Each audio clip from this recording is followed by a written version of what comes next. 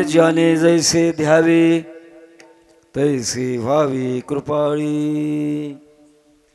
सगुण निर्गुणाचा ठाव विटे पाव धरिले। अवघे साखरेचे अंग अवघे साखरेचे अंग नैव्यंग निवडिता। सगुण निर्गुणाचा ठाव विटे पाव धरिले। तुका म्हणे जे जे करी तुका म्हणे जे जे करी ते ते हरी भोगिता। सगुण निर्गुणाचा ठाव विटे पाव धरिले। पांडुरंगा करो प्रथम नमन। पांडुरंगा करो प्रथम नमन। पांडुरंगा करो प्रथम नमन।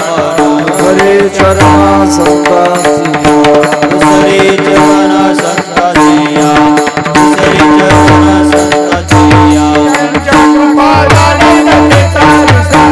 त्यांच्या कृपादाने कथेचा विस्तार। कृपादाने कथेचा विस्तार। कृपादाने कथेचा विस्तार। सद्गुरुदास तुका सद्गुरुदास तुका जयांचे केलिया स्मरण होय सकळ विद्यांचे अधिकरण। तेच वंदो श्री चरण श्री गुरूंचे ते नमस्कारून आता। काय माझे वाणी मानेल संतांचे रंजवू चित्तासी आपुलिया।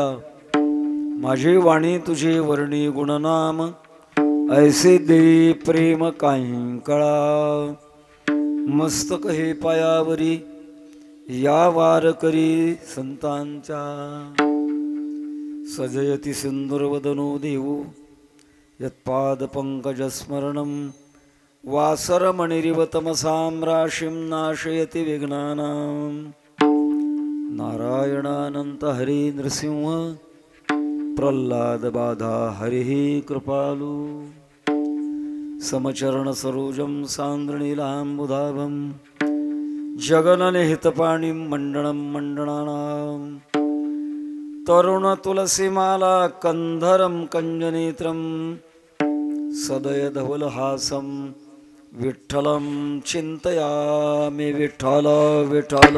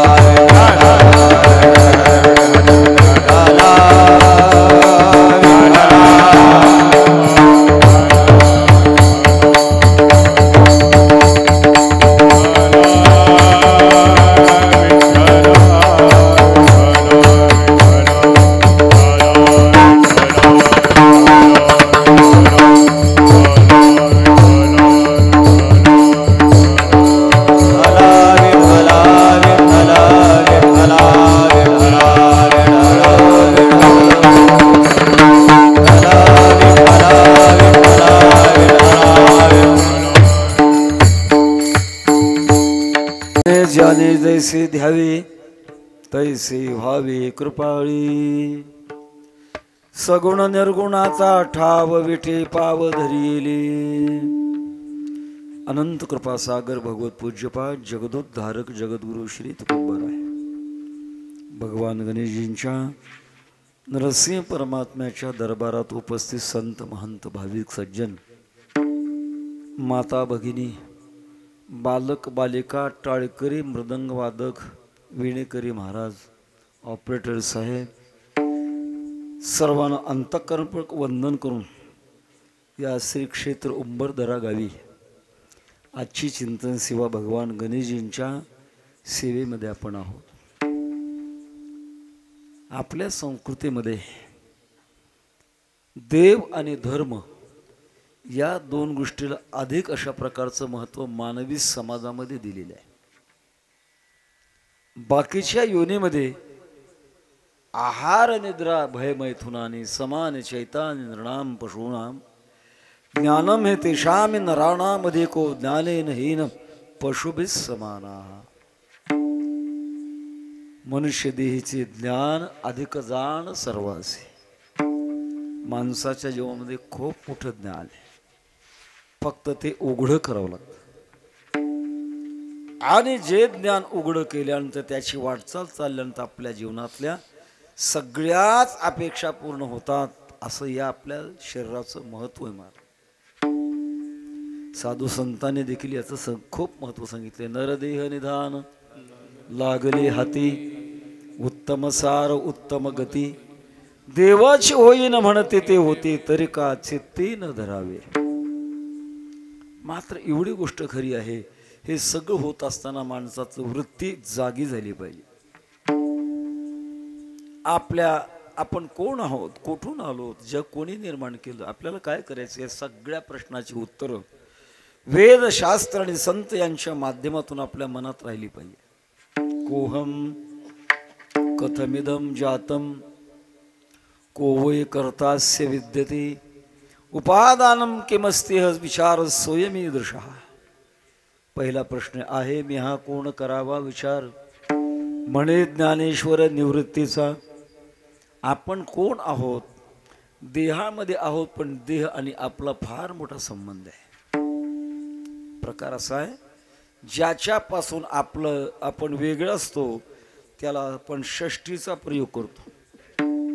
षष्ठीचा म्हणजे माझं, अर्थात आपण त्याच्याहून वेगळे आहोत अशा प्रकारचा आपला संबंध दाखवला जातो. उदाहरणार्थ, हे माझं घर आहे, याचा अर्थ मी घरापासून वेगळा आहे. ही माझी शेती आहे, अर्थात शेतीपासून मी वेगळा आहे. आपला सगळा परिवार, पण त्यापासून मी कोणीतरी वेगळा आहे. एवढंच नव्हे, आपण शरीराच्या बाबतीमध्ये जरी विचार केला, पण शरीरापेक्षा देखील आपण वेगळे आहोत. देह नव्हे मी हे सरे, उरला उरे विठ्ठल, म्हणवणे लाहो करा काळ सारा चिंतने. याकरता भगवान परमात्म्याची साधना करावी लागते. आपल्या जीवनामध्ये दोन दृष्टी आपल्या डोळ्यापुढे ठेवतो, एक देहदृष्टी आणि दुसरी आत्मदृष्टी. देहाला काय लागते ते आपण गरजा पुरवत राहतो आणि पुरवाव्यात, कारण देह जगण्याकरता त्याला आवश्यक असणाऱ्या गरजा पुरवल्याच पाहिजे. निर्वाहा पुरते अन्न आच्छादन, आश्रमासे काल कोपी गुहा, आश्रमासे काल कोपी गुहा, आश्रमासे काल कोपी गुहा. निर्वाहा पुरते अन्न आच्छादन, आश्रमासे स्थान कोपी गुहा, आश्रमासे स्थान कोपी गुहा, आश्रमासे स्थान कोपी गुहा. निर्वाहा पुरते अन्न आच्छादन, पुरते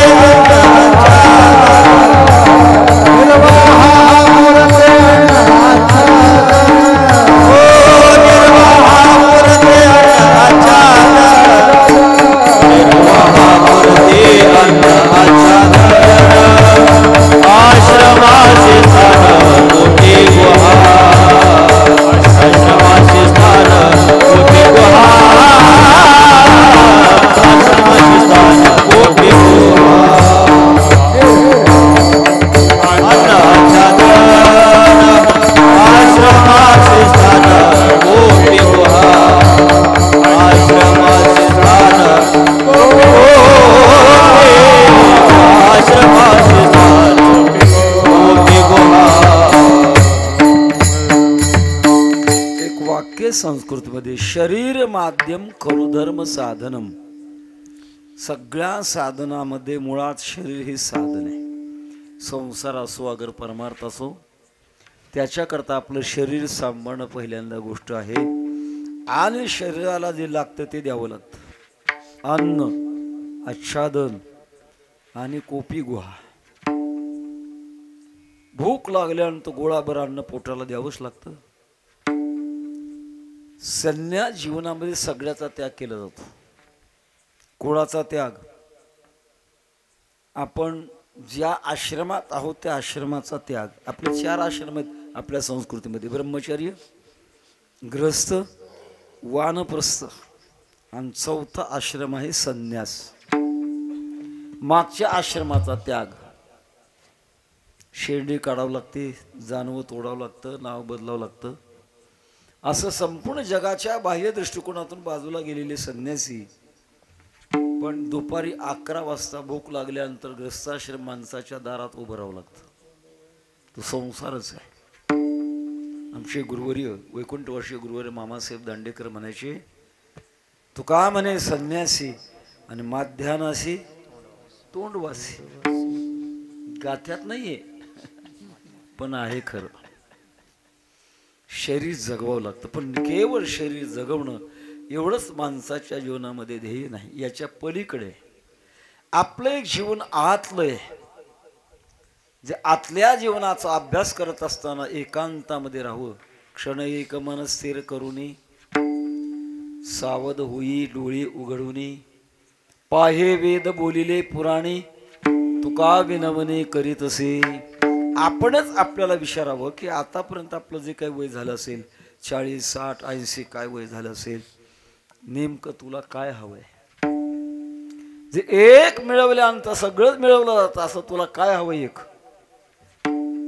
जर वेदाचे आणि शास्त्राचे संतांचे संस्कार असतील तर त्याचं उत्तर आपल्याला मिळेल की जे आपलं स्वरूप आहे, मूळ स्वरूप आहे, ज्याला आपण देव म्हणतो, त्या देवत्वाचा अनुभव का प्राप्त झाला की पुन्हा कशाचीच इच्छा राहणार नाही. तेने झाले अवघे काम, तेने झाले अवघे काम, तेने झाले अवघे काम, तेने झाले अवघे काम. निवारला भवभ्रम, निवारला भवभ्रम, तेने झाले अवघे काम, तेने झाले अवघे काम. निवारला भवभ्रम, निवारला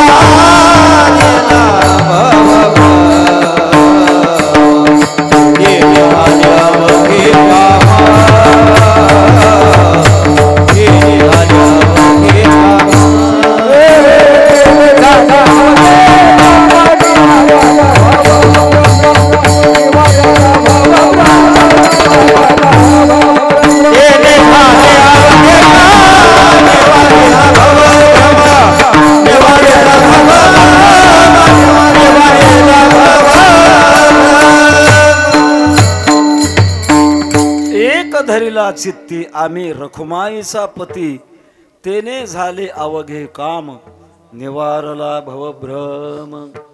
एका परमात्म्यामध्ये सगळ्याच आपल्या अपेक्षा पूर्ण होतात. कारण आपल्या अपेक्षेचे पैलू जर आपण पाहिले ते 3 आहेत: सत्य, ज्ञान आणि आनंद.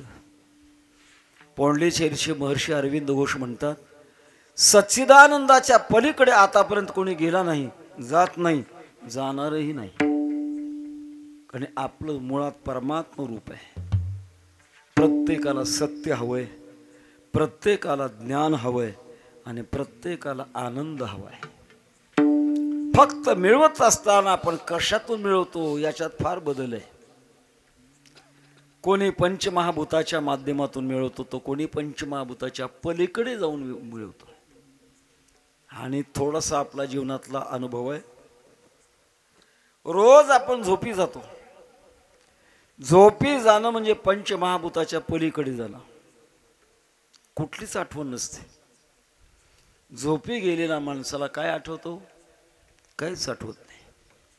आपण कोणत्या गावात झोपलो हे कळत नाही. किती वाजून किती मिनिटांनी झोपलो हे कळत नाही.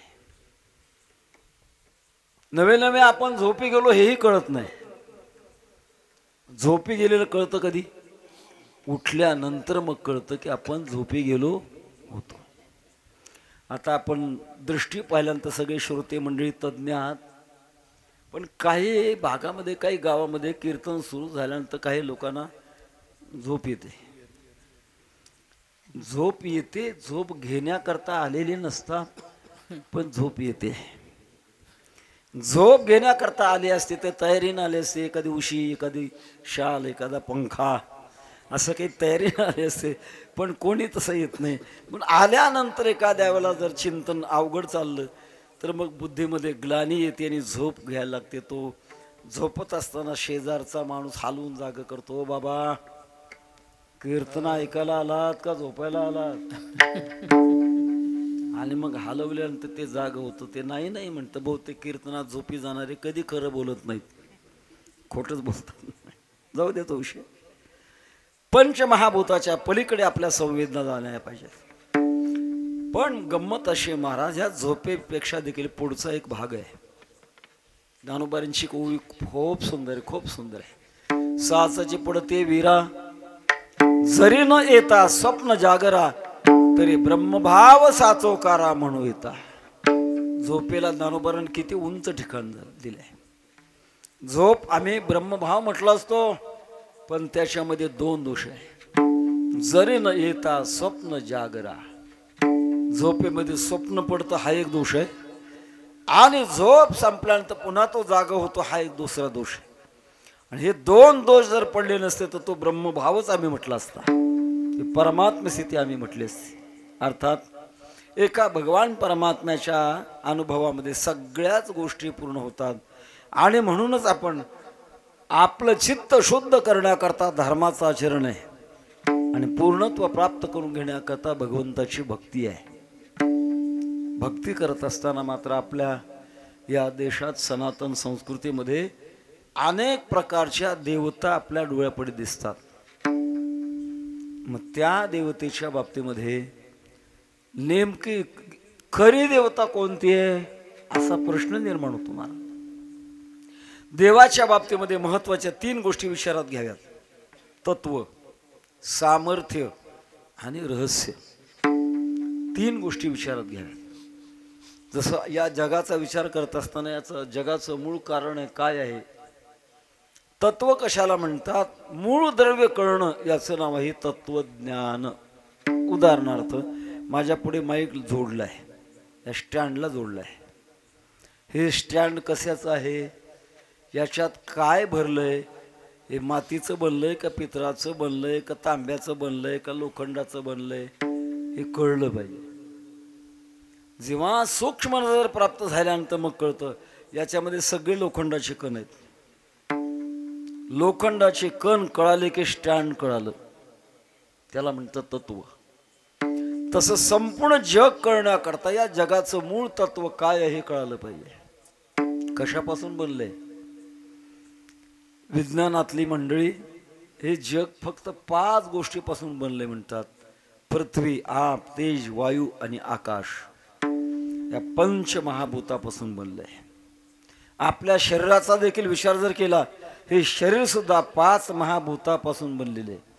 पंचभूतांचा गोंधळ, पंचभूतांचा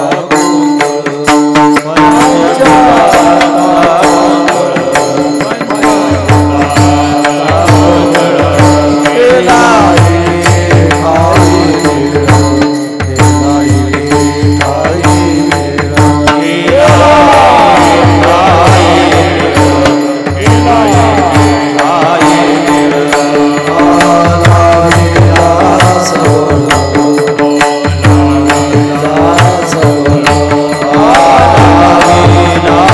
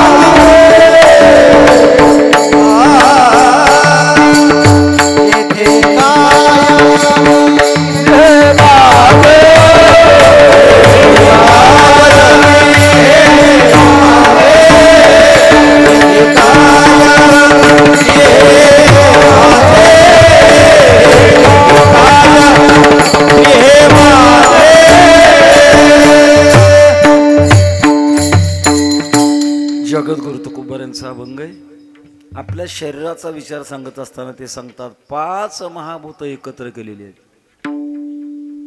लाविला सबळ अहंकार त्या पाठी. आपल्या शरीरामध्ये पृथ्वी तत्व आहे. हाडाच्या रूपाने पाहिलं तर पृथ्वी तत्व आहे. रक्ताच्या रूपाने पाहिलं तर जल तत्व आहे. जठरामध्ये गरमपणा आहे, त्या तत्वून पाहिलं तर अग्नी तत्व आहे. श्वासोश्वासाच्या दृष्टीने कोणातून पाहिलं तर वायू तत्व आहे. आणि शरीरामध्ये शस्त्र खुपसल्यानंतर मध्ये घुसतं आकाश तत्व आहे.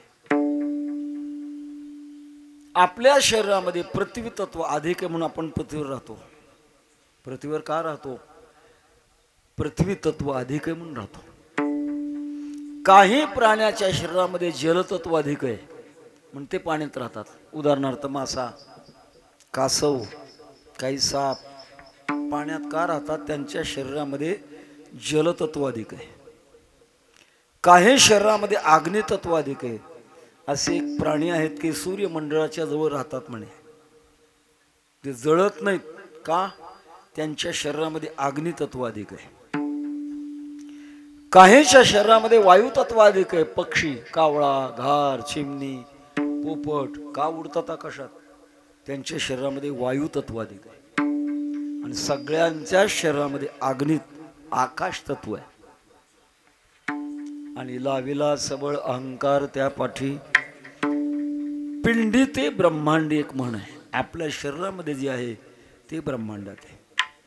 शरीराचा अभ्यास जर केला तर पूर्ण जर झाला तर मग मात्र आपण ब्रह्मांडाचा अभ्यास केल्यासारखं होतं. आता 5 महाभूत पाहिले, पण याच्याही पलीकडे एक चेतन आहे. आपण पाहतो, ऐकतो, बोलतो, खातो, पितो, चाल हे सगळं काम करतो. आपल्या चेतना आहे. ते चेतना कोणाची आहे? चाले हे शरीर कोणाचे आसते, कोण बोलवे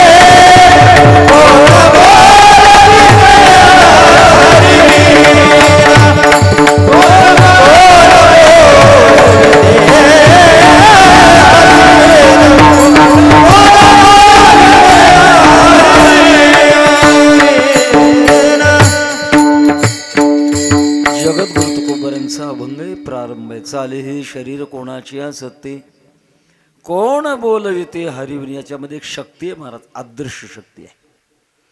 अर्थात या पंचमहाभूतांचा विचार करत असताना यांचं मटेरियल काय आहे? रॉ मटेरियल कोणतं आहे? आपण सांगितलं देहाला, या देहामध्ये 5 महाभूत आहेत. पण हे 5 महाभूत बनली कशावर? त्याचं मटेरियल काय हे विज्ञानात नाही कळणार. हे परमात्म स्वरूपाला प्राप्त झालेल्या महात्म्यांना कळतं. एकला एकटाच झाला नानाकारी. एकच भगवान परमात्मा, एकम सद्विप्रा बहुधा वदंती. वेद सांगतात एकच परमात्मा अनेक रूपाने नटला. अनंत रूपे अनंत विषय देखिले म्या त्यासी, बाप रखुमा देव रुखुण बानली कैसी. एकच परमात्मा अनेक रूपाने नटलेला आहे. हे तत्व आहे. दुसरा प्रकारे सामर्थ्य. ज्या भगवान परमात्म्याला आपल्याला अनुभवाला आणायचंय त्याचं सामर्थ्य काय आहे? केवढं मोठं सामर्थ्य महाराज. जेने हे विश्व निर्मिले, महर्षी दिवाते संस्थापिले, 21 वर्गाते धरिले, सत्ता मात्रे आपुल्या. संपूर्ण जगाला निर्माण करणारा भगवान परमात्मा आहे. हे त्याचं सामर्थ्य आहे. गतिर्भर्ता प्रभू साक्षी निवास शरणम सुहृत प्रभव प्रलयस्थानम निधानम बीजमव्यम. सगळ्या जगाचं बीज भगवान परमात्मा तो करतो महाराज. आकाशे सर्वत्र वसावे, वायूने नाव भरी उगे नसावे, पावके दहावे वर्षावे जळे. हे सगळी सत्ता भगवान परमात्म्याची. एवढंच नाही, भगवान सूर्यनारायण प्रकाश देतात. हे कोणाच्या सत्तेनं, कोणाचं सामर्थ्य आहे? तुझी या सत्तेने वेदासी बोलणे, सूर्यासी चालणे, तुझिया बळीसा तू समर्थ.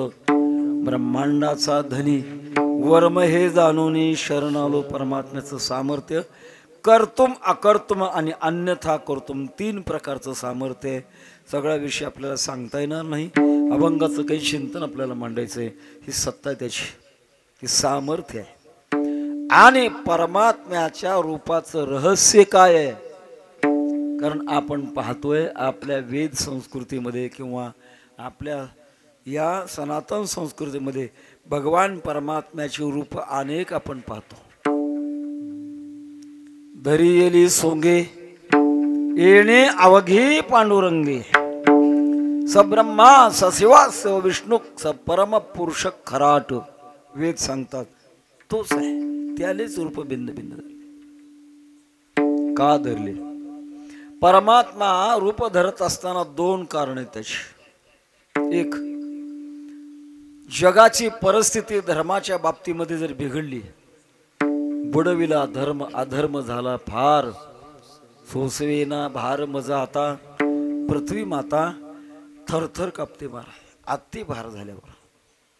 आणि मग परमात्मा त्या काळात ज्या दुष्टांनी आपला आचार बिघडवलाय त्यांचा नाश करतात.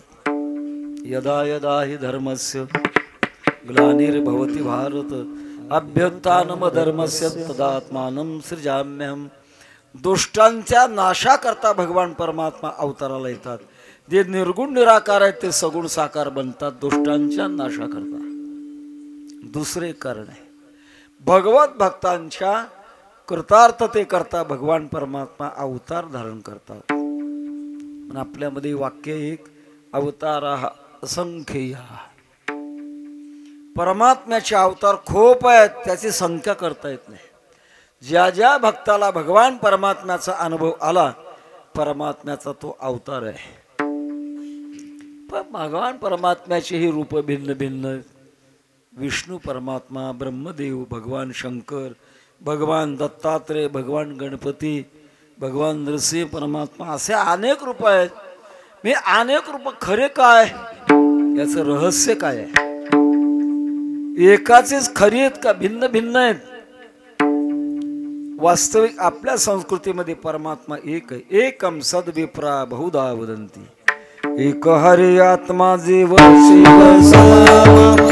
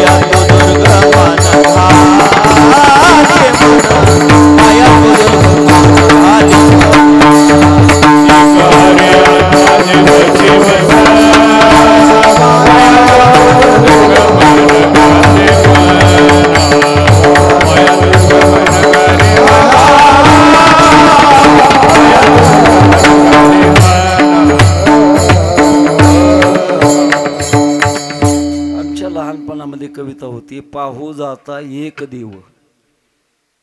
कविता सुद्धा खूप चांगल्या होत्या. अर्थात परमात्मा एक जर आहे आणि त्या एकात आमच्या सगळ्या अपेक्षा पूर्ण होतात का, हा महत्वाचा विषय मला. संसार एकात होत नाही. पैसा मिळला म्हणजे झाला का संसार? नाही महाराज. त्याला घर लागतं, खाण्यापिण्याकरता अन्न पाणी लागतं, प्रवासाकरता गाड्या लागतात, आजारी पडल्यानंतर औषधाकरता पैसे लागतात. एकाच संसार होत नाही महाराज. परमार्थामध्ये मात्र एकातच पूर्ण परमार्थ होतो. एक प्रसंग सांगतो आपल्याला. एक राजा आणि त्याची पत्नी एकदा सेवा करत असताना चुकली. कोणाकोणा चुका होत नाहीत महाराज, होतात चुका. पण तो राजा थोडा रागीट होता. आपल्याकडे म्हणे ना, कांद्याला बिस्मिल्ला. चूक झाल्यानंतर तो राजा रागावल्यानंतर त्याने सांगितलं, तू आता तुझा मी कायमचा त्याग केला, आता तू माहेरला जायचं. वाईट वाटायला महाराज. जर 3 गोष्टी अशा आहेत की शस्त्र वाचून वध आहे तो. आज्ञाभंगो नरेंद्राणाम विप्राणाम मानखंडनम प्रत्यक्षय्याच नारीनाम अशस्त्रवध मुच्यते. राजाच्या आज्ञेचा भंग करणं म्हणजे त्या राजाचा वध आहे. शस्त्र वाचून वध आहे. विद्वान माणसाचा भर सभेमध्ये अपमान करणं शस्त्र वाचून वध आहे. आणि पत्नीचा कायमचा त्याग करणं शस्त्र वाचून वध आहे. वाईट वाटायला तर करता काय, प्रधानाला बोलून घेतलं. प्रधानजी काय करू, थोडी चूक झाली पण मालकाने माझा कायमचा त्याग केलाय, काही मार्ग सांगता. प्रधान हुशार होते, सांगितलं मी मार्ग सांगतो. काय, परत जा, दर्शन घ्या आणि त्यांना म्हणावं की तुम्ही माझा कायमचा त्याग केलाय पण मला 2 वर द्या. हरकत नाही, एवढे 2 वर मागून घ्या. त्या राणीनं जाऊन दर्शन घेऊन प्रार्थना केली, माझा तुम्ही कायमचा त्याग केलाय पण मला कमीत कमी 2 वर द्या ना. तो विचार करू लागला. लग्नाच्या वेळेला धर्मे चारतेच कामेच नातीचरामी नातीचरामी नातीचरामी शपथ घेतली देव आज्ञा आणि ब्राह्मणापुढं. आणि आपण त्याग केला, 2 वर द्यायला काय हरकत आहे, दिली म्हटले. राणीनं प्रधानजीला विचारलं, ते 2 वर मिळाले पण आता कोणते कोणते 2 वर? म्हणजे एक वर असा मागा की माझ्या हातचं शेवटचं दूध प्या, एक वर. आणि दुसरा वर असा मागा की मला तुमच्या राज्यातली एक वस्तू घेऊन जाण्याची परवानगी द्या. एवढं दुसरं मागा.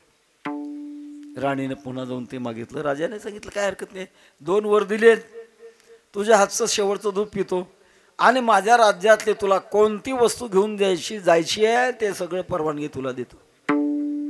झाले 2 वर झाले. प्रधानजीला विचारलं आता काय करू? आता काही काम करा, एक वैद्याकडे जा आणि त्या वैद्याकडे जाऊन असं एक औषध आणा जे दुधात टाकून पिल्यानंतर कमीत कमी 48 तास माणसाला काही कळणार नाही. असं गुंगीचं औषध घेऊन या. आणलं जाऊन महाराज आणि आणल्यानंतर ते दुधात टाकून राजाला पिण्याकरता दिलं. राजाने पिल्याबरोबर त्याला शुद्धी हरवली, मूर्छित पडला. विचारलं आता दुसरं काय करू? काय करायचं आता दुसरं? पालखी आणा आणि मूर्छित पडलेल्या राजाला पालखीमध्ये घाला आणि तुमच्या माहेरी घेऊन जा. राणीने तशा पद्धतीने केलं. 48 तासानंतर त्याची ती गुंगी उतरली आणि पत्नीला पाहिल्यानंतर तो म्हणाला, तुझा मी कायमचा त्याग केलाय आणि तू माझ्या पुढं कशी काय अजून? ते सांगितलं, मालक मी तुमच्या पुढं नाही, तुम्ही माझ्या पुढं. बघा हे घर माझ्या बापाचं घर आहे का तुमचा राजवाडा हे तरी बघा. राजाने पाहिल्यानंतर लक्षात आलं, आपला राजवाडा नाही, हे तर आपलं सासरवाडी आहे. मला इथं कोणी आणलं? मी आणलं. कसं काय? मी एक दुसरा वर मागितला होता की तुमच्या राज्यातली एक वस्तू मला घेऊन जाण्याची परवानगी आणि म्हणून मला तुमच्या राज्यात फक्त तुम्हीच हवा, दुसरं काही नको. वश झाला राजा मग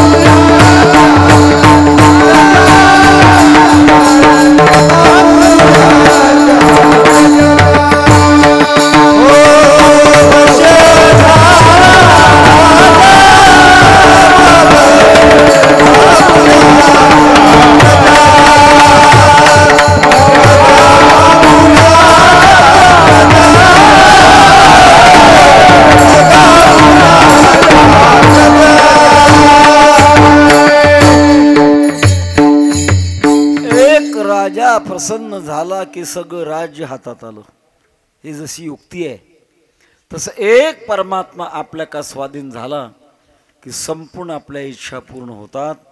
पण गंमत महाराज अशी आहे की भक्तिशास्त्राचा विचार करत असताना भगवान परमात्म्याची अनेक रूप आहेत, वेगळी वेगळी रूप आहेत. नवीन साधकाला प्रश्न पडतो, सेवा कोणत्या रूपातली करायची, रामाच्या रूपातली का कृष्णाच्या रूपातली का नरसिंह परमात्म्याच्या रूपातली का दत्ताच्या रूपाची का भगवान शंकराच्या का देवीच्या, कुठल्या रूपाची उपासना करायची, महत्त्वाचा प्रश्न पडतो. अशा वेळेला भक्तीच्या क्षेत्रामध्ये स्वातंत्र्य महाराज, कर्मयोगामध्ये स्वातंत्र्य नाही, हठयोगामध्ये स्वातंत्र्य नाही, सांख्ययोगामध्ये स्वातंत्र्य नाही, भक्तियोगामध्ये मात्र स्वातंत्र्य आहे. ते काय स्वातंत्र्य महाराज चिंतनाला निवडलेल्या अभंगाच्या पहिल्या जाने जाने जैसे भावे, जाने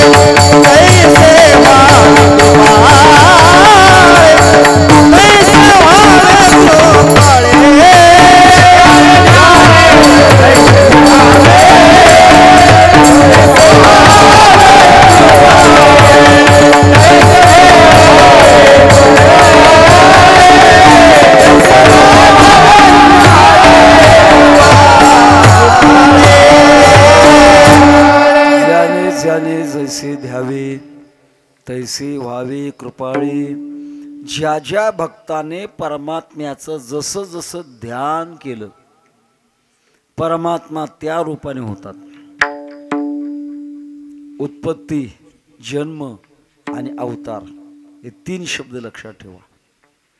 जडाची उत्पत्ती आहे, जीवाचा जन्म आहे आणि परमात्म्याचा अवतार आहे. घर बांधलं म्हणतो आपण, पकवाज निर्माण केला का पकवाजाचा जन्म आहे असं नाही म्हणत. पकवाज तयार केला का, पकवाज निर्माण झाला का, त्याची उत्पत्ती आहे, जडाची उत्पत्ती आहे. जीवाचा जन्म आहे, आपण जन्म आलो त्याची आजही फळ झाली साची. आपला जन्म आहे आणि परमात्म्याचा अवतार आहे. अवतरती ती अवतार हा निर्गुण निराकार उच्च अवस्थेमध्ये असताना सुद्धा भगवत भक्त करता परमात्मा सगुण साकार होतो, त्यांचा अवतार आहे. तेव्हा या अशा प्रकारच्या अवताराच्या बाबतीतलं रहस्य तुकोबारे सांगतात. जो जो भक्त ज्या ज्या रूपातून परमात्म्याला ध्यान करेल, प्रार्थना करेल, भगवान परमात्मा त्या त्या रूपाने अवतीर्ण होतात, तसं तसं रूप धारण करतात. भक्ताच्या आवडीप्रमाणे. बरेच प्रसंग तसे आपल्या देशामध्ये. रामचरित मानसकार तुलसीदास प्रभू म्हणून होऊन गेले उत्तरेकडे, आणि ते भगवान प्रभू रामचंद्रांचे उपासक फिरत फिरत वृंदावनला आले. वृंदावनला बाके बिहारी अर्थात भगवान कृष्ण परमात्म्याचा विग्रह मंदिरामध्ये गेले. दर्शन घेण्याकरता प्रवृत्त होणार, पण मन दर्शन घेईना. का? सवय कोणत्या रूपाची? राम रूपाची सवय. आणि पुढं रूप कोणतं आहे? कृष्ण रूप आहे. रूपात बदल आहे, नावातही बदल आहे. राम सरळ नाव आहे, कृष्ण वाकडं तिकडे. उच्चार करत असताना सुद्धा सहज उच्चार होत नाही त्याचा. सुंदर अशा प्रकारचं बाके बिहारीची मूर्ती पाहिली, आणि पाहिल्यानंतर तुलसीदास प्रभू मंदिरामध्ये जाऊन भगवंताला प्रार्थना करतात. कहाँ कहो छबी आज की भले बने हो नाथ, तुलसी मस्तक तबन में जब धनुष बाण लो हात. या तुळशीदासाला सवय आहे की धनुर्धारी रामचंद्राच्या पार डोकं ठेवण्याची सवय आहे, आणि तुमच्याकडे धनुष्यबाण नाही. असं तुलसीदास प्रभूने विनंती केल्यानंतर मुरली मुकुट दुरायके लिए धनुष्यबाण हात, तुलसीदास के कारण ब्रजनाथ भये रघुनाथ. जवळची मुरली बाजूला केली, धनुष्यबाण स्वीकारला, आणि राम रूप धारण करून तुलसीदासांना दर्शन दिलं. आणि मग तुलसीदास प्रभूंनी दर्शन घेतलं. ज्याने ज्याने जैसे ध्यावे तैसे व्हावे कृपाळे. परमात्म्याला आकार धारण करण्याकरता कुठलंही अशा प्रकारची सामुग्री लागत नाही. स्वेच्छामयस्य न तो भूतमयस्य कोपी. भागवतामध्ये वर्णन आहे, भगवान परमात्मा रूप धारण करतात, ते आपल्या इच्छेने धारण करतात. तुमचं आमचं रूप आहे हे आपल्या कर्माने आपल्याला मिळालेले आहे, पण परमात्म्याला रूप धारण करण्याकरता कर्म करावं लागत नाही, कर्माचं फळ लागत नाही. भगवत भक्त जसं म्हणतात त्या पद्धतीप्रमाणे भगवान परमात्मा बनतात. आता दृष्टी पुढे ऐसा चितूर आहे, जो मी तुझ पाहे पांडुरंगा. गोकुळातलाच प्रसंग असा दुसरा. जेव्हा भगवान कृष्ण परमात्म्याला वसुदेवाने गोकुळामध्ये नेऊन पोचवलं, बातमी कैलासात कळाली, आणि भगवान शंकर कृष्ण अवतारातलं सौंदर्य पाहण्याकरता मुद्दाम नंद दुबार एक जोगी आयो, सिंगी नाद बजायो. हातातल्या शिंगाचा आवाज केला. अलक निरंजनमय भिक्षा लाव. दासी आल्या. बाबा काय पाहिजे? भिक्षा कोरडी पाहिजे का ओली पाहिजे? कोरडी म्हणजे गहू ज्वारी तांदूळ हे, आणि ओली म्हणजे पोळी भाजी हे ओली. कोणती पाहिजे भिक्षा? दोन्ही नको. मग इथे जो मुलगा अवतार आलेला आहे त्याला पाहायचंय मला. दासीने पाहिल्यानंतर यशोदा मातेला सांगितलं, बघा कोणतरी एक महाराज आहेत आणि ते म्हणतात आपल्या लालाला पाहायचं. म्हणजे लाला म्हणजे कृष्ण परमात्मा पाहायचंय म्हणतात. यशोदा मातेनं पाहिलं ते भगवान शंकराचं स्वरूप. अंगाला चिताभस्म फासलेलं आहे, गळ्यामध्ये नररुंडाच्या माळा आहेत, वासुकी सर्प आहे, गजचर्म व्याघ्रांबर कंठी शोभे वासुकी हार, तिसरा डोळा आहे. हे सगळं रूप पाहिल्यानंतर यशोदा मातेने प्रार्थना केली, महाराज तुम्हाला दाखवणं अवघड आहे. तुम्हाला जर माझ्या लालाला दाखवलं तर तो भेदरून जाईल, नाही दाखवणार. भगवान शंकराने सांगितलं पाहिल्याशिवाय जाणार नाही. यशोदा माता म्हणतात मी दाखवणार नाही. भगवान शंकराने नंद बाबाच्या त्या महालापुढे त्रिशूळ रोवला, पद्मासन घातलं, 2 मिनिट डोळे केले म्हणजे अर्धे झाकलेले, आणि नामचिंतन करू लागले. मंत्र हा शिवाचा राम जप. ओठ हलवल्यानंतर यशोदा मातेला भीती वाटायला लागली. न जाणू कदाचित माझ्या लालाला शाप जर दिला तर. बाबा काहीतरी मंत्र टाकतात वाटतं. यशोदा माता आल्या, पाय धरले. बाबा ते ओठ हलवायचं बंद करा, तुम्ही काही मंत्र म्हणताय वाटतं. भगवान शंकरांनी सांगितलं मग मला दाखवा. अहो तो बेदरून जाईल. भगवान शंकरांनी सांगितलं जबाबदारी माझी आहे. एक एकाचे हृदय गोडी साखरे चटई, मी जबाबदार आहे. अत्यंत नाईलाजाने यशोदा मातेने भगवान कृष्ण परमात्म्याला पाळण्यातून आणलं आणि भगवान शंकरांनी दोन्ही हात पुढे केले. भगवान शंकरांच्या हातावर कृष्ण परमात्म्याला दिलं. यांचे दोन त्यांचे दोन 4 डोळे समाधी लागली शंकरांना. थोड्याच वेळात उतरल्यानंतर परत केलं. कैलासाला गेल्यानंतर पार्वती मातेने विचारलं कुठे गेला होतात? मृत्यूलोकावर गेलो होतो. काय चांगलं आहे मृत्यूलोकामध्ये? मृत्यूलोके सुखाची कहाणी ऐकी जाईल कवनाचे श्रवणी. काय चांगलं आहे तुम्ही गेलात? पार्वती तुला माहीत कळणार नाही, जगाचा मालक इतकं सुंदर रूप धारण केले कधीच नव्हतं आतापर्यंत. रूप धरिले सगुण चांगले, ठाणमान जेतील तेतीची रेखिले. खूप सुंदर रूप आहे, खूप सुंदर रूप आहे. मग मला का नेलं नाही? कळाल्याबरोबर गेलो खरं. मग आता परवानगी द्या. भगवान शंकरांनी परवानगी दिली. पार्वती माता गोकुळामध्ये प्रवेशित झाल्या. नंद बाबाच्या घरात प्रवेश केला आणि भगवान कृष्ण परमात्म्याला आपल्या मांडीवर घेतला. पाहिल्याबरोबर पाहिल्या वेद लावी बैसी जीवी जडोनी. आकर्षण झालं वृत्ती, आणि वृत्ती आकर्षण झाल्यानंतर भाव शाबल्य ज्याला म्हणतात अवस्था एक भक्तामध्ये. भावोदय, भावसंधी आणि भाव शाबल्य. खूप कडेलोट अशा प्रकारचा भाव होतो, त्याचं नाव आहे भाव शाबल्य. त्याचा परिणाम पार्वती मातेने भगवान कृष्ण परमात्म्याच्या अंगावर आपला पदर झाकला.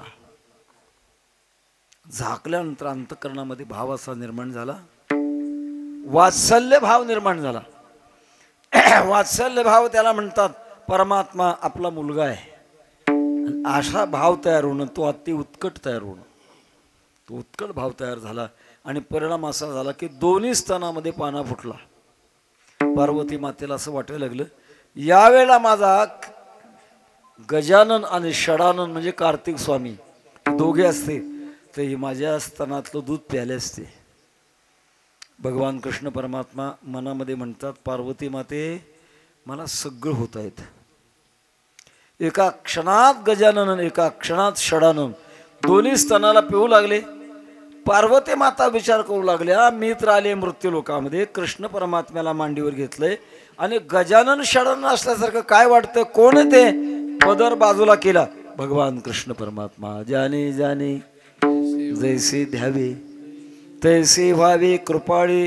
कृपाळे शब्द अपभ्रष्ट रूप आहे. कृपालय शब्दाचं अपभ्रष्ट आहे कृपाळे. आपल्या मराठी भाषेमध्ये बरेच शब्द अपभ्रष्ट आहेत. उदाहरणार्थ खेड्यामध्ये ज्यांचं शिक्षण भरपूर झालं नाही अशा भाविकांना काही अवघड शब्द उच्चार करता येत नाही. उदाहरणार्थ ब्राह्मण नाही म्हणता येत, मग बामन. सरळ अवघडा काढून बामन म्हणतात, अपभ्रष्ट रूप आहे. कुंभार मुळात शब्द कुंभार नाही कुंभकार आहे, त्यातला का बाजूला काढला कुंभार. गंगाळ अजूनही खेड्यात आहेत ना गंगाळे. मुळात शब्द गंगाळ नाही गंगाजळ आहे, त्याचं अपभ्रष्ट झालं गंगाळ. गोदावरी मुळात शब्द गोदावरी नाही गोवधहारी आहे, पण ते गोदावरी झालं शब्द अपभ्रष्ट. तसं कृपालय शब्दाचा अपभ्रष्ट रूप आहे कृपाळे. भगवान परमात्मा कृपाळू आहे. प्रारब्ध जनित भोग वेगळा, आशीर्वाद वेगळा आणि कृपा वेगळी. शक्ती भिन्न भिन्न आहे. आपल्या प्रारब्धाप्रमाणे सत्यकर्म मुले विपाको जात्यायुर्भोगा. जात आयुष्याने भोग आपल्या कर्माप्रमाणे मिळतं. त्याच्यानंतर काही गोष्टी ज्या मिळतात त्या वेगळ्या कारणाने मिळतात.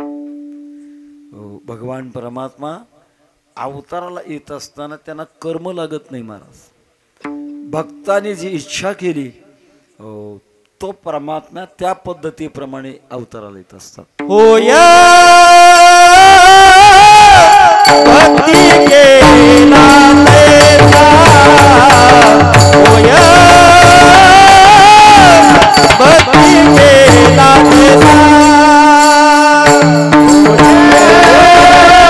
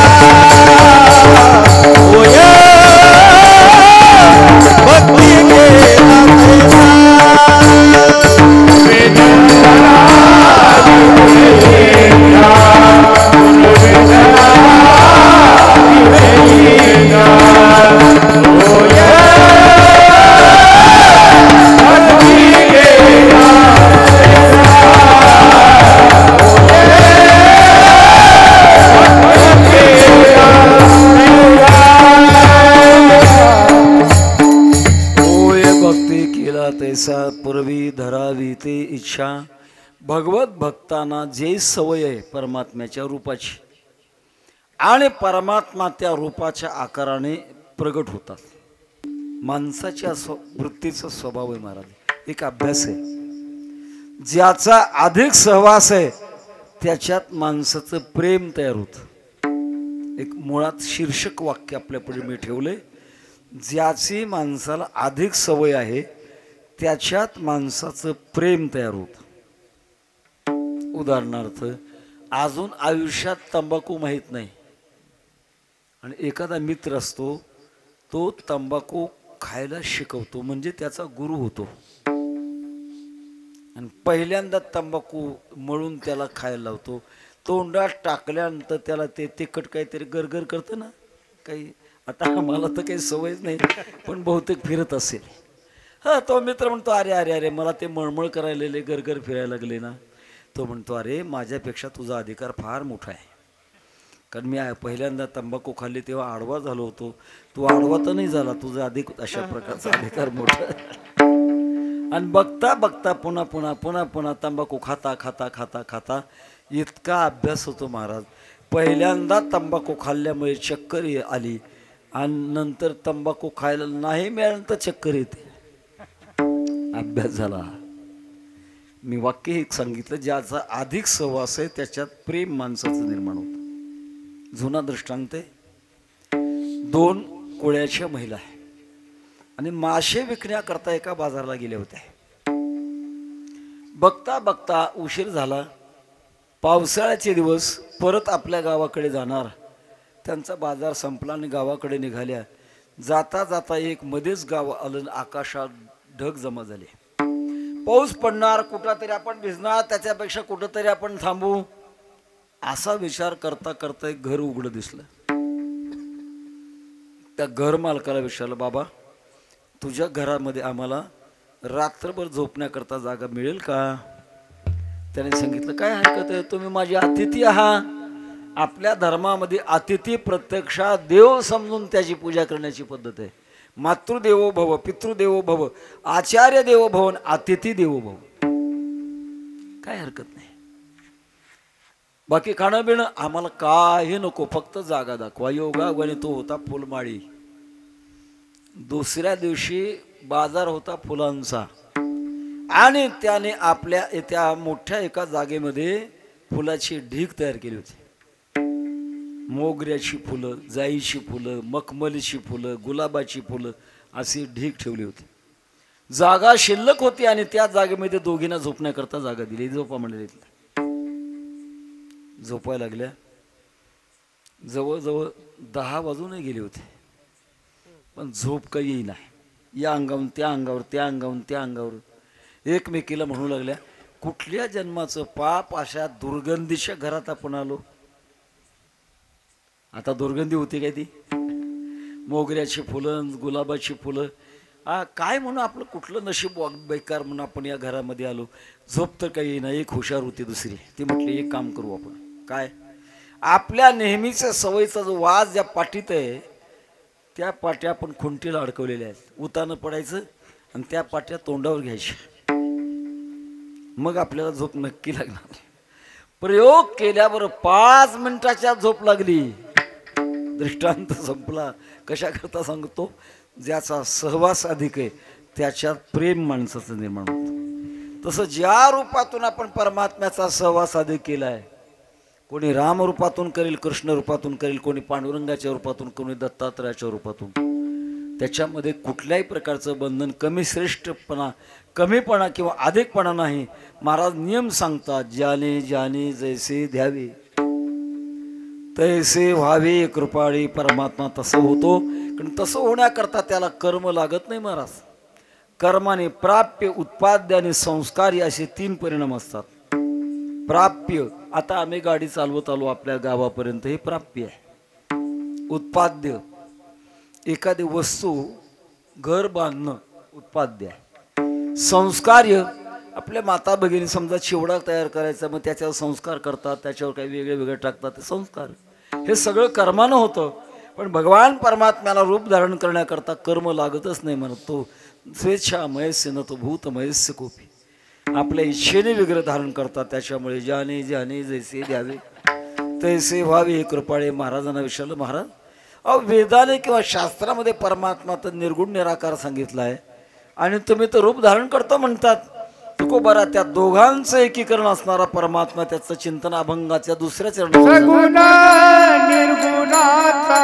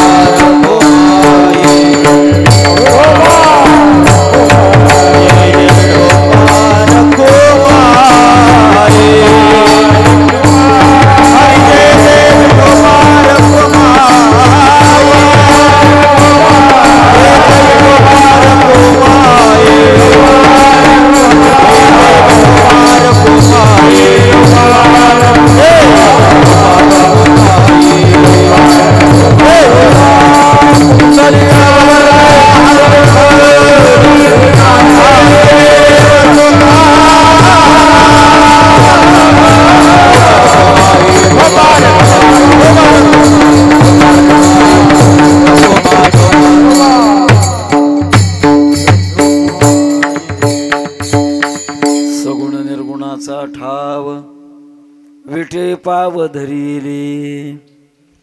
मृदंग वादकाचे खांदे पालट झाली वाटत. गायकाची होते वय महाराज उद्धव महाराज. गायकाचे खांदे पालट मृदंग वादकाचे खांदे पालट. कीर्तन करायचे का होणे का म्हणून अन्याय कीर्तन करावं. अजून पद्धत नाही सुरू झाली. आणि त्यातल्या त्यात विठोबा रुक्माई झाल्यानंतर मधली साल म्हणण्याची परंपरा आहे आपली.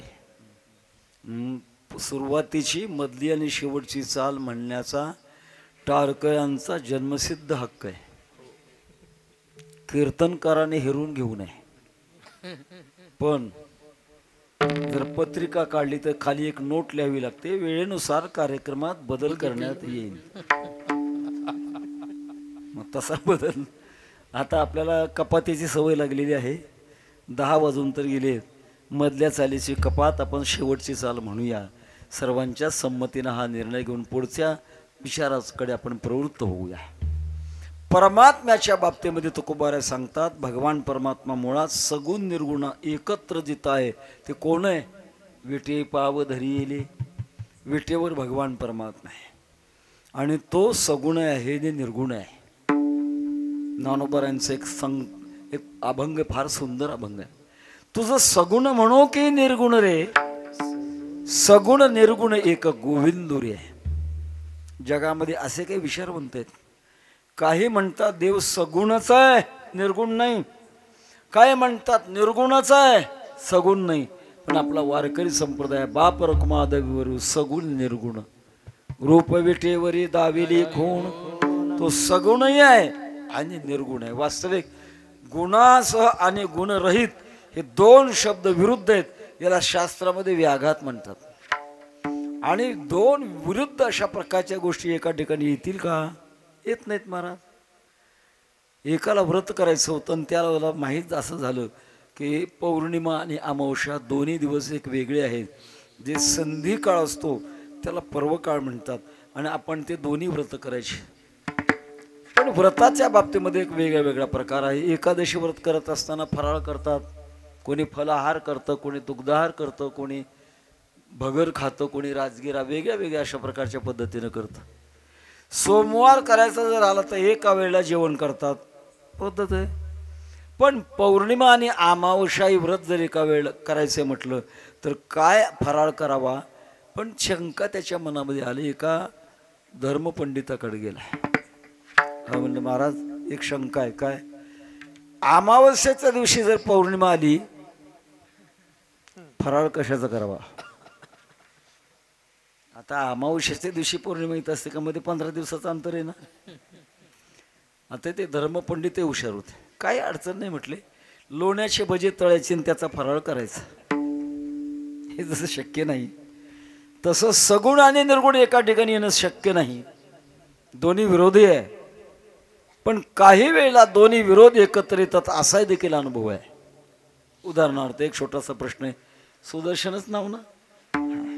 प्रश्न विचारतो, पाणी पातळ आहे का घट्ट आहे? पातळ आहे. 36 अंशाच्या खाली तापमान जर आणलं तर तो खडा बनतो ना पाण्याचा. काय म्हणतात त्याला? बर्फ. म्हणजे पाणी नाही का? पाणी आहे. नुसतं पातळ पाणी आहे असंही नाही आणि पाणी घट्ट आहे असंही नाही. प्रसंगवशात पाणी पातळ होतं आणि प्रसंगवशात ते घट्ट होतं. 36 अंशाच्या खाली तापमान आणलं की ते पाणी घट्ट होतं, बर्फ होतं. वास्तविक पाण्याचा व्यवहार करायचा म्हटलं तर भांडं लागतं. या खोलीतून त्या खोलीत पाणी न्यायचं म्हटलं तांब्या म्हणा, बाटली म्हणा, काहीतरी भांडं लागतं. पण बर्फ जर न्यायचं म्हटलं तर काय लागत नाही, हातामध्ये घेऊन जातात तो खडा. व्यवहार बदलला, नावं बदलली, पण त्याचं रूप मात्र एकच आहे. सगुण निर्गुणाचा ठाव विटे पाव धरिले. पांडुरंग परमात्म्याचा परिचय देतात. का म्हणतात? कारण इथूनच सगळ्या गोष्टी आहेत. अवताराच्या राशी तो हा उभा, अवताराच्या राशी तो हा उभा, अवताराच्या राशी तो हा उभा, अवताराच्या राशी तो हा उभा.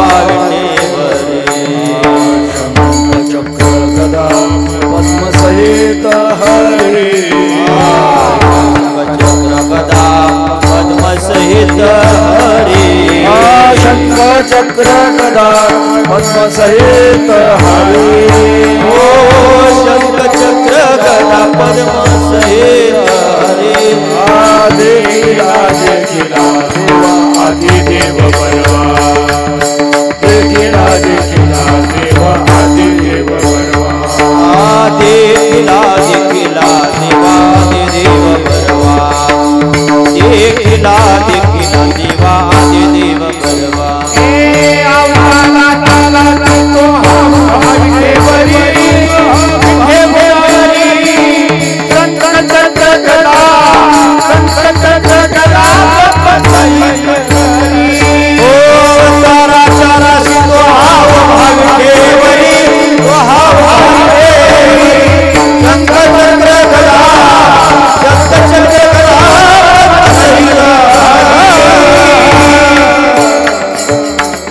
नामदेव महाराजांना जो अनुभव आला तो सांगतात अवताराच्या राशी आहे. सगळे अवतार परमात्म्याच्या स्वरूपातून प्रगट होतात. कारण पांडुरंग परमात्म्याचं प्राचीनत्व नामदेव महाराजांच्या एका अभंगामध्ये जेव्हा नव्हते पंढरपूर जेव्हा नव्हते चराचर आणि तेव्हा होते पंढरपूर जेव्हा नव्हते गोदा गंगा तेव्हा होती चंद्रभागा वसे सुदर्शनावरे म्हणून अविनाश पंढरी परमात्म्याच्या सुदर्शन चक्रावर पंढरी राहते. त्याच्यामुळे पंढरीचा नाश होत नाही महाराज. चराचराच्या अगोदर पंढरी आहे आणि तिथलं दैवत पंढरपूर पाटणे गा महाराजा सार्वभौम पांडुरंग दीनबंधू जयाचे ते नाम. भगवान पांडुरंग परमात्मा दोन्ही उभयात्मक आहे.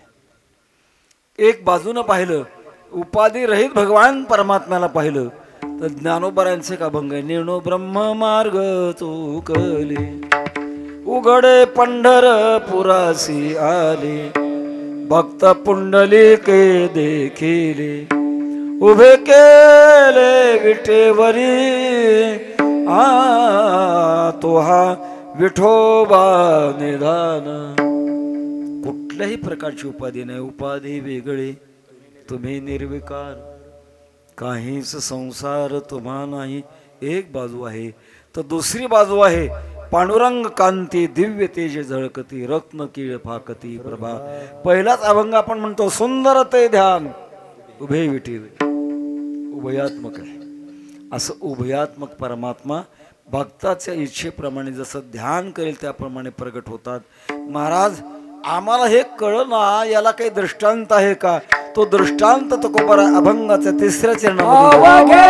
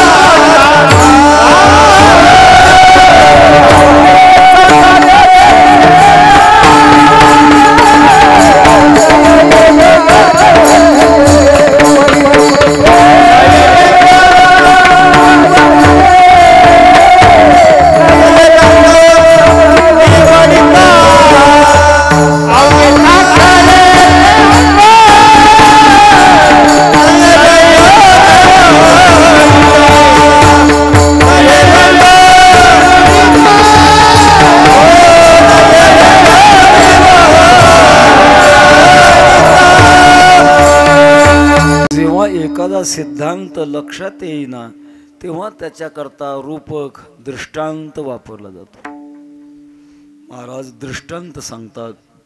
अवघे साखरेचे अंग नये व्यंग निवडिता सर्वांगी साखर अवघी गोड. साखर कोणीकडून साखरेचा खडा असेल कोणत्याही बाजूने खातो तसाच गोड सारखा लागेल. थोडं ऊसामध्ये विषमता आहे. वाड्याकडे ऊस थोडा कमी गोड लागतो, मध्ये थोडा अधिक लागतो, बुडाला अधिक लागतो. पण खडी साखर जर आपण खाल्ली तर कोणीकडून खा सगळी गोड लागते. कारण कोणता अंग आहे, मूळ काय आहे त्याच्यामध्ये, कारण काय आहे, कारण हे साखर आहे. तसं सगळ्या रूपामध्ये एकच परमात्म्याची शक्ती आहे. दृष्टांत असा देतात. एक छोटा प्रसंग सांगतो. एक पाहुणा दुपारच्या वेळेला पाहुण्याला भेटायला गेलाय. शक्यतो व्यवहारात मित्राने मित्राकडे किंवा पाहुण्याने पाहुण्याकडे दुपारच्या वेळेला जाऊ नये. कारण कुठली तरी अडचण असू शकते. सत्कारा करता दूध तरी नसतं, देणारा तरी कोणी नसतो, काही ना काहीतरी अडचण असते. पण गेला, घर लहान होतं आणि त्या लहान घरात बैठक आणि स्वयंपाक घर जवळजवळ होतं. घर मालक गेला स्वयंपाकघरात. आपल्या पत्नीला सांगितलं, बघ आवडता पाहुणा आलेला आहे, दूध तयार कर आणि भरपूर साखर टाक. त्याच्या पत्नीने सांगितलं, मालक साखर संपली घरातली, दुपारची वेळ आहे, दुकान बंद आहेत, शेजारी पाजारी शेतावर गेले आहेत, आता कुठली साखर टाकणार आहे. माणूस प्राणी असा आहे की अडचणीला मार्ग काढणारा प्राणी म्हणजे माणूस. तर घर मालकाने सांगितलं, काय जाऊ नसू दे साखर, तो बैल आहे ना, बैल टाक दुधामध्ये. त्याने सांगितलं, बैल बाळून खाल्ला. कुत्रं टाक, कुत्रं बेबीनं खाल्लं. मांजर टाक, हा मांजर टाकते. ते तयार केलेलं दूध आणलं.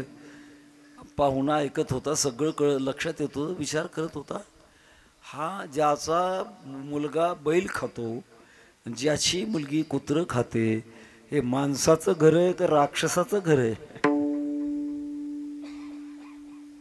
आणलेलं दूध तर घेईस ना महाराज, पुढे हातच करीना, का तो होता माळ करी. घर मालकाच्या लक्षात आलं की आतलं आपलं बोललेलं यानं ऐकलंय म्हणून दूध घेईना. सांगितलंय, बघा पाहुणे, प्रकार असा, 14 जानेवारी महिलांचा संक्रांतीचा सण आहे आणि त्या सणात महिला काही पदार्थ लुटतात.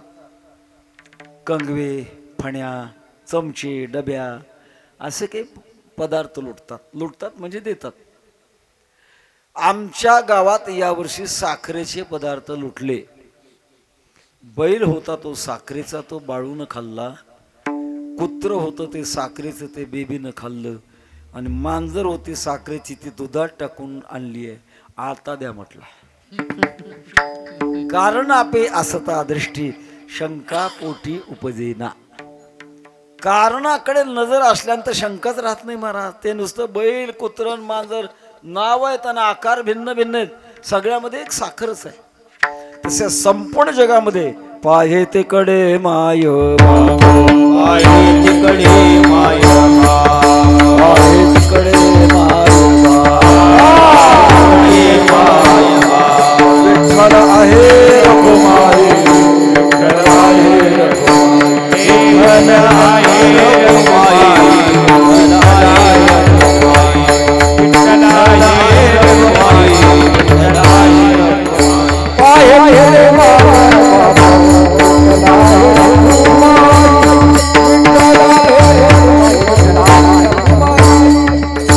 पाहे तिकडे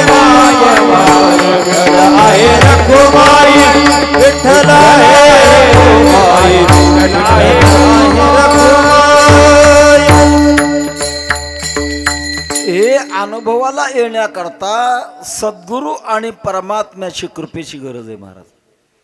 आणि ती कृपा झाल्यानंतर आपली वृत्ती बदलते. जन नव्हे अवघा जनार्दन ही नजर बनते महाराज. नजर, कारण नजरेचे 3 प्रकार आहेत: चर्मदृष्टी, भावदृष्टी आणि दिव्य दृष्टी. चर्मदृष्टी, संबड्याच्या डोळ्याने आपण पाहतो, एखादा मुलगा आईला पाहतो, आईला आई म्हणून का पाहतो? नुसत्या चमड्याच्या डोळ्याने पाहत नाही, बरोबर भावनेचा डोळा. हे मला जन्म देणारी आई आहे असा भावनेचा डोळा आणि चमड्याचा डोळा, दोन डोळ्याने आई दिसते मला. मुलाला आपले वडील दिसतात जन्म देणारे, त्याला सुद्धा दोन डोळेच आहेत. एक चमड्याचा डोळा आहे आणि दुसरा भावनेचा डोळा आहे. तिसरा डोळा आहे दिव्य डोळा, जो भगवान परमात्म्याच्या कृपेने मिळतो. आता मज दृष्टी देई पांडुरंगा माये बापा, शरण मी आलो तुझं निवारुनी पापा. दिव्य दृष्टी जर नसेल तर परमात्म्याचं दिव्य दर्शन होऊ शकत नाही. उदाहरणार्थ भगवद्गीतेचा 11व्या अध्यायाचा प्रारंभ आपण बघा. अर्जुनाने विचारलं, देवा ते तुमचं व्यापक रूप मला पाहण्याकरता इच्छा आहे माझी, दाखवाल का? म्हटल्या बरोबर भगवान परमात्म्याने सुरूच केलं महाराज रूप. ते दिसेना. अर्जुनजी म्हणतात, हा हो उठून या आरसा, आंधळ्या जाऊ बैसा, बहिऱ्या पुढे ऋषिकेशा गाणीव करा. आरसा स्वच्छ करून जात्यंत माणसाला पुढे धरला. बघा बरं काय दिसेल त्याला? डोळेच नाहीत ना, किंवा ऐकू येत नाही. अशा माणसाला सुंदर गायन ठेवलं ऐकायला. वैकुंठवासी गुरुवरे मामासाहेब दांडेकर म्हणायचे, तानसेनचं गायन ऐकण्याकरता कानसेन लागतो, बहिरंभट चालत नाही. ती योग्यताच लागते महाराज. तसं परमात्म्याचं व्यापक रूप पाहण्याकरता दिव्य दृष्टी असावी लागत असते. त्या दृष्टीमध्ये बदल आहे महाराज. सामान्य लोकांचा प्रश्न आहे की आम्हाला देव दिसत नाही, तो म्हणता सगळ्या जगात व्यापक आहे. अहो तुम्हाला पाहण्याची नजरच नाही. साधी गोष्ट आहे, आकाशातले काही तारे पाहण्याकरता जर तुम्हाला दुर्बीण लागते तर सर्व जगाच्या सूक्ष्म स्वरूपात सूक्ष्मत्वा तदविज्ञेयम दूरस्थम शांतिके येतात. असं भगवान परमात्मा सूक्ष्म दिसणं इतकं सोपं नाही महाराज. त्याच्याकरता दृष्टी लागते. पहिल्यांदा शर्मदृष्टी आणि नंतर भावदृष्टी. भावदृष्टी आणि सेवा जर असेल तर भगवान परमात्मा प्रत्यक्षात अनुभवाला येतात महाराज. उत्तरेकडे सुरदास प्रभू होऊन गेले, दोन्ही डोळ्याने आंधळे होते आणि एक तारा घेऊन भगवान कृष्ण परमात्म्याला आळवत असताना प्रत्यक्षात भगवान कृष्ण परमात्मा पुढे येऊन बसायचे. पण बाहेरचे डोळे नाहीत, पण आतल्या डोळ्याने भगवान कृष्ण परमात्म्याचं दर्शन होतं. म्हणून बाहेरच्या डोळ्यापेक्षा आतला डोळा फार महत्वाचा आहे, की जो दृष्टी उघडली बरे झाले. दृष्टी उघडावी लागते आणि ती दृष्टी उघडल्यानंतर मात्र सर्व परमात्माच आहे. तेव्हा पहिल्यांदा चर्मदृष्टी, भावदृष्टी आणि दिव्यदृष्टी. भावदृष्टी असेल तर आपल्याला मूर्तीच्या मध्ये परमात्म्याचं रूप दिसतं. एक थोडा प्रसंग आहे. स्वामी विवेकानंदांनी शिकागो धर्म परिषदेमध्ये सर्व जगातल्या विद्वानांच्या मनावर प्रभाव पाडला.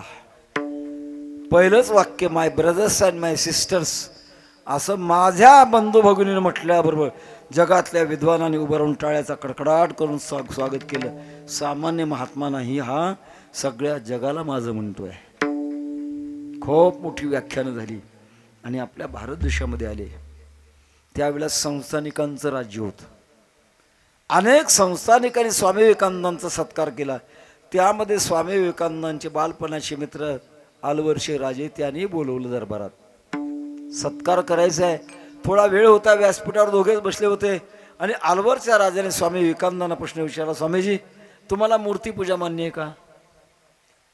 स्वामी विवेकानंद म्हणाले, माझे गुरुच रामकृष्ण परमहंस काली मातेचे पूजक आहेत, मला का मान्य नाही? आलवरचे राजे म्हणाले, मला नाही पटत ते, आपण चेतन मूर्ती जड आहे, कशी काय पूजा करायची? स्वामी विवेकानंदांनी विचार केला, यांना उत्तर देण्याकरता वेगळ्या पद्धतीने उत्तर द्यावं लागेल. दरबारामध्ये एका खांबाला फोटो लावलेला होता. त्याच्या खाली कोणाचा फोटो असा नाव लिहिलेलं नव्हतं. स्वामी विवेकानंदांनी त्या फोटोकडे पाहून विचारलं, का हो म्हणे, हा फोटो कोणाचा आहे? आलवरच्या राजाने सांगितले, माझ्या वडिलाचा आहे. असं का? कुठे आहे ते? स्वर्गवासी झाले. आता मला फोटो फार आवडला, खाली घेता का? फोटो खाली घ्यायला लावला आणि स्वामी विवेकानंद म्हणाले, आता मला असं वाटतंय या फोटोवर थुंकावून पायात जोडा घालून कचकच तुडवावं. आलवरचा राजा खूप तापला. महाराज, काय स्वामीजी, सत्कार करण्याकरता माझ्या दरबारात तुम्हाला बोलवलंय आणि माझ्या बापाविषयीची तुमची भावना? स्वामी विवेकानंदांनी सांगितलं तुमचे बाप तर स्वर्गाला गेले, या फोटोचा आणि तुमच्या बापाचा काय संबंध आहे? हो, मी पाहिलं तर मला याच्यात रंग दिसतात, पेन्सिलच्या रेगा दिसतात, पाठीमागे फ्लाउड आहे, तुमचे बाप याच्यात आहेतच कुठे? आलवरच्या राजाने सांगितलं स्वामीजी हे सगळं पाहिल्यानंतर मला बापाची आठवण होते. स्वामी विवेकानंदाने सांगितलं मूर्ती पाहिल्यानंतर मला देवाची आठवण होते. भावदृष्टी मारली, एक बाजूला दिव्य दृष्टी आहे, शर्मदृष्टी आहे, भावदृष्टी आहे. अशी दिव्य दृष्टी का प्राप्त झाली की परमात्म्याचं जिकडे तिकडे दर्शन होतं. कारण परमात्मा सगुण आणि निर्गुण या दोन्ही रूपाने तोच एकटाच आहे. सगुण निर्गुणाचा ठाव विठे पाव धरिले असा व्यापक परमात्मा. आणि भगवत भक्त कोणत्याही अंगाने जे सेवा करत असेल तर ती सेवा भगवान परमात्मा स्वीकारतात अभंगाच्या शेवटच्या चरणामध्ये. तू का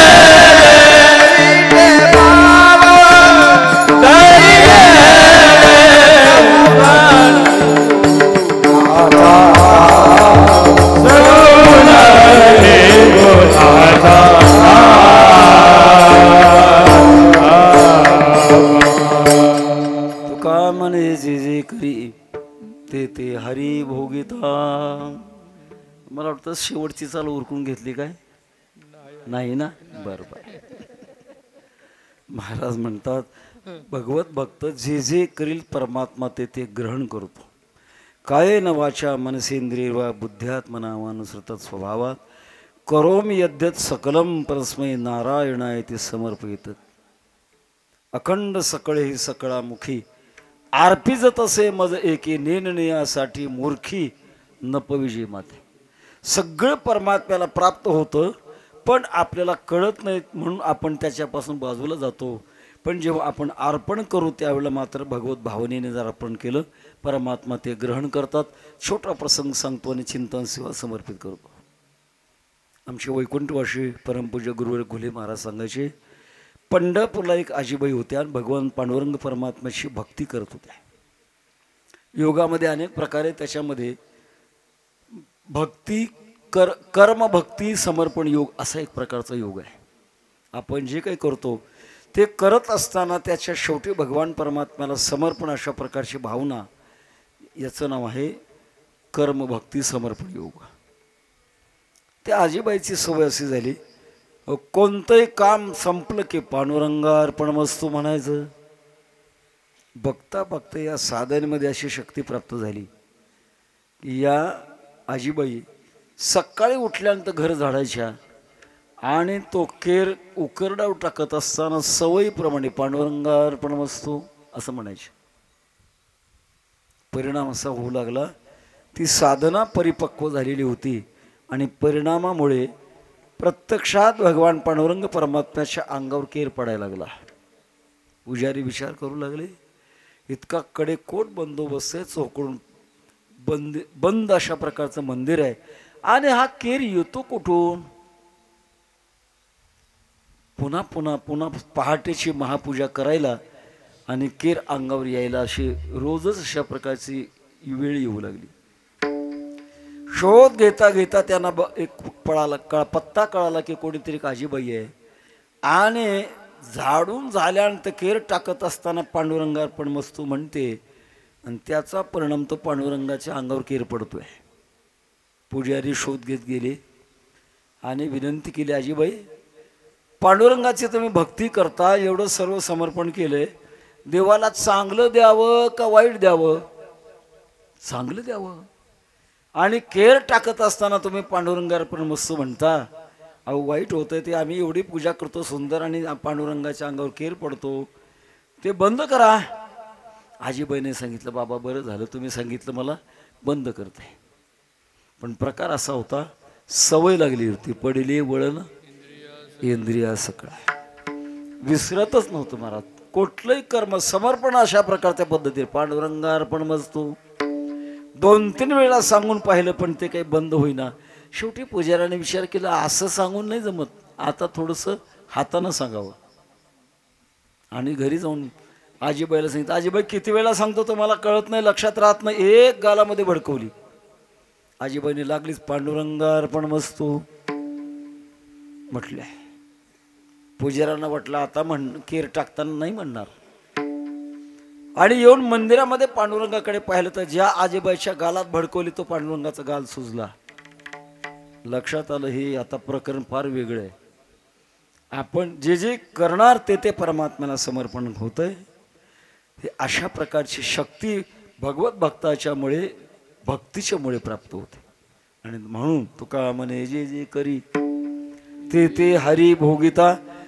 प्रत्यक्षात सगळ्यात शेवटची अवस्था जर कोणती असेल तर भगवान परमात्मा. आपण कोणते कर्म करा ते कर्म भगवान परमात्म्याला प्राप्त होतं. फक्त भावना आपल्या कमी असल्यामुळे ते फळ प्राप्त होत नाही. पण ज्या भक्ताने त्या भावना धारण केल्या परमात्मा ते समर्पण स्वीकारतात. आणखी फार मोठा इतिहास आहे. श्री राधिकायाम हृदयारविंदे पादारविंदम विराजते मे अत्योष्ण दुग्धम प्रतिपान तोंग्रा उच्छालकास्ते मम प्रोच्छलंती.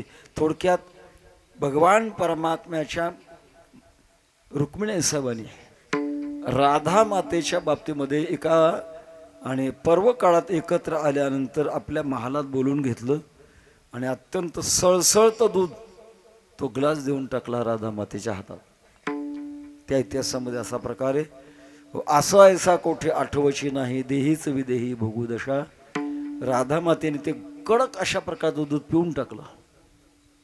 रात्रीच्या वेळा रुक्मिणी साहेब चरण संवाहन करण्याकरता गेल्या तर पाहतात पायाला टप्पोरे फोड आले. रुक्मिणी साहेबांनी विचारलं, का हो कोणत्या दुष्टाने तुमच्या पायाला एवढा त्रास दिला? भगवान पांडुरंग परमात्म्याने सांगितलं, तुझ्याशिवाय दुसरं कोण आहे? मी, आणि मी कसं देईन? भगवान परमात्मा म्हणतात, त्या राधेला तू कडक अशा प्रकारचं दूध दिलं ना, ते दूध पिल्यानंतर तिच्या हृदयामध्ये मी कायमचं आहे आणि ते दूध माझ्या पायावर पडलं म्हणून फोड आली. परमात्म्याला कुठलंही कर्म श्रद्धेनं केलं आणि त्यात परिपक्व अवस्था का प्राप्त झाली की ते त्याला प्राप्त होतं आणि त्याची फलश्रुती आपल्याला मिळते. म्हणतो का म्हणे, जे जे करी ते ते हरी भोगिता, सगुण निर्गुणाचा ठाव विटे पाव धरिले. ज्ञानेश्वर माऊली धनराज माऊली, जय जय ज्ञानेश्वर माऊली धनराज माऊली, जय जय ज्ञानेश्वर माऊली धनराज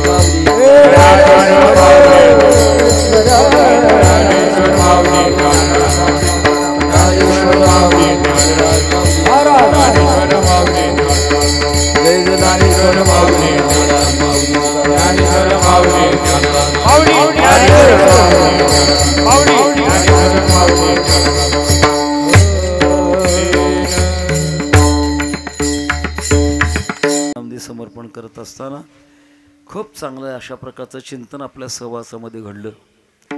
गायक मंडळी देखील एकापेक्षा उत्कृष्ट अशा प्रकारची, मृदंग वाजवणारे पहिले देखील अत्यंत चपळ, दुसरे देखील वाजवतात, साथ करतात.